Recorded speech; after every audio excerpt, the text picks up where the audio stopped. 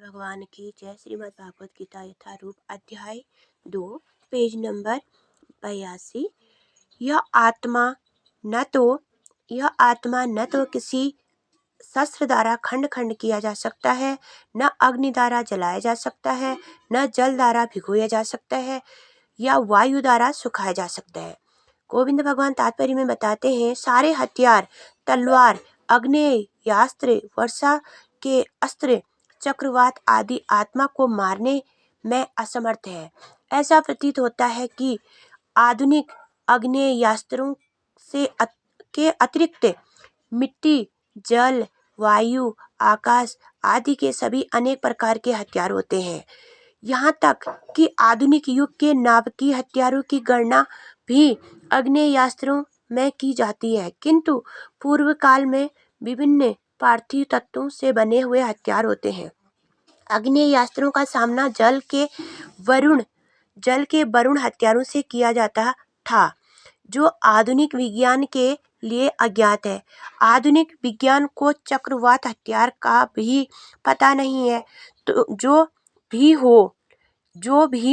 हो आत्मा को न तो कभी खंड खंड किया जा सकता है, न किन्हीं वैज्ञानिक हथियारों से उसका संहार किया जा सकता है, चाहे उनकी संख्या कितनी ही क्यों न हो।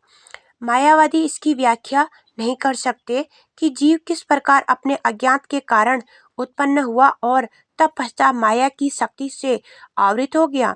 न ही आदि परमात्मा से जीवों को विलग कर पाना संभव था। प्रत्येक सारे जीव परमात्मा से विलग हुए अंश हैं, क्योंकि वे सनातन अणु आत्मा है। अंत माया द्वारा आवर्तित होने की उनकी प्रवृत्ति स्वाभाविक है, और इस तरह वे गोविंद भगवान श्री कृष्ण की संगति से पृथक पृथक हो जाते हैं।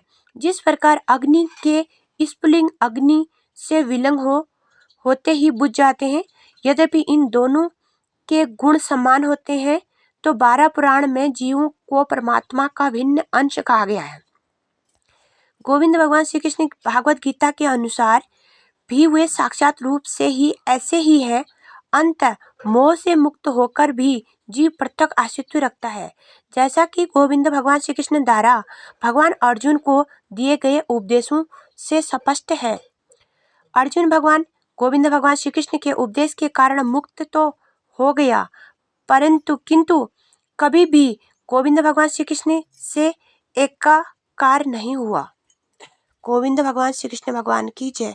अर्जुन भगवान की जय।